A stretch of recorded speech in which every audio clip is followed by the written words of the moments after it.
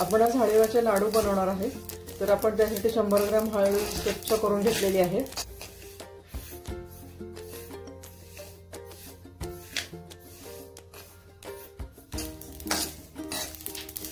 हे लाडू थंडीच्या दिवसात खाल्लेले खूप छान असतात, त्यामुळे इम्युनिटी वाढते, तब्येती चांगली असतात, बायकांची कंबरदुखी, पाठदुखी हे सगळं त्याच्यामुळे कमी होतं प्रमाण ह्याचं सगळ्याचं।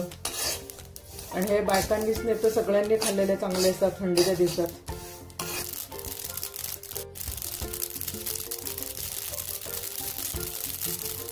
हे असं भाजलेलं समजायचं की तडतड तडतड असे ते उडतात, मग आपण समजायचं की हे हळीव आपले भाजून झालेले आहे। आता आपले हे हळीव भाजून झालेले आहेत, तर आपण त्यात दूध घालून भिजत ठेवणार आहोत। नारळाचं पाणी घालून पण भिजत ठेवतात, मी दुधातच भिजत घालून ठेवते आणि थोड्या वेळानंतर हे छान असं फुगतं। हळीव भिजण्यासाठी 1 ते 2 तास लागतात, तर तोपर्यंत आपण बाकीची तयारी करून घेणार आहोत। नारळ फोडून नारळ खाऊन घेणार आहे आणि गुळ चिरून घेणार आहे।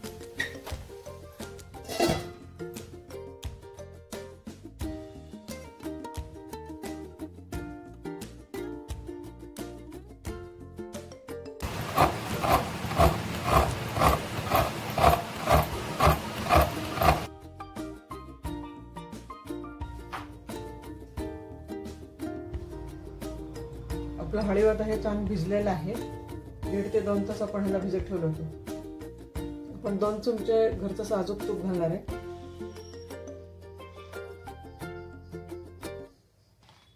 आणि 1 मोठ्या नारळाचं खवून घेतलेलं खोबरं घालणार आहे आपण त्यात। ते साधारण 2 ते 3 वाटे होतं।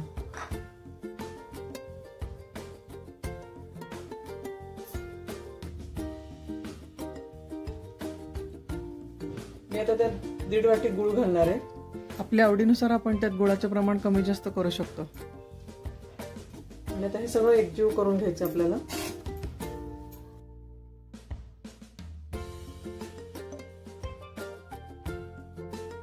जसं जसं गुळ वितळेल तसं त्याला पाणी सुटत जातं आणि आपलं हे मिश्रण सगळं एकजीव करून घेणार आहे आपण।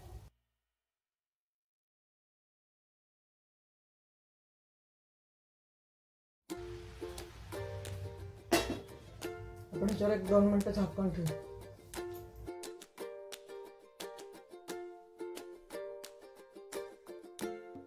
आपला गुळ आता विरघळत आलेला आहे थोडा थोडा।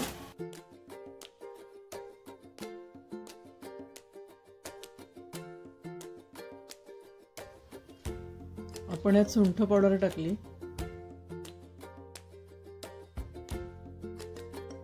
पण अर्धा चमचा जायफळ पावडर टाकली,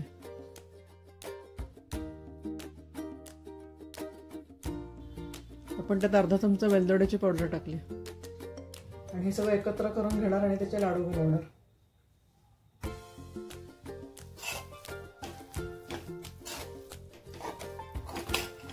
हे ड्रायफ्रुट्स वगैरे पण आपण घालू शकतो।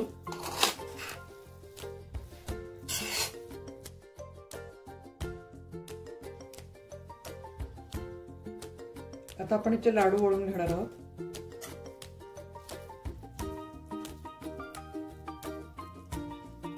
खूप मऊ असं त्यामुळे लाडू वळायला जास्त त्रास वगैरे काही होत नाहीये। तुम्ही पाहिजे त्या आकारात लहान मोठे असे करू शकता ते।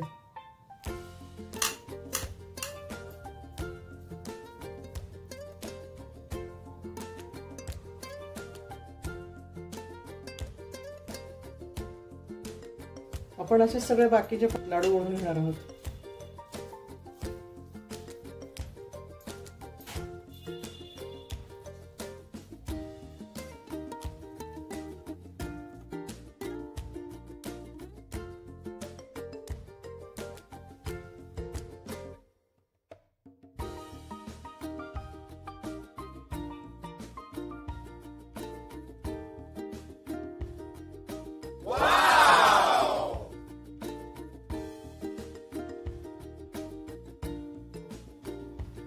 आपले लाडू हे आता तयार झालेले आहेत। थंडीच्या दिवसात खाण्यासाठी हे भरपूर पौष्टिक लाडू आहेत। लाडू करायला खूप सोपे आहेत आणि मऊ लुसलुशीत असल्यामुळे ते कोणी खाऊ शकतं।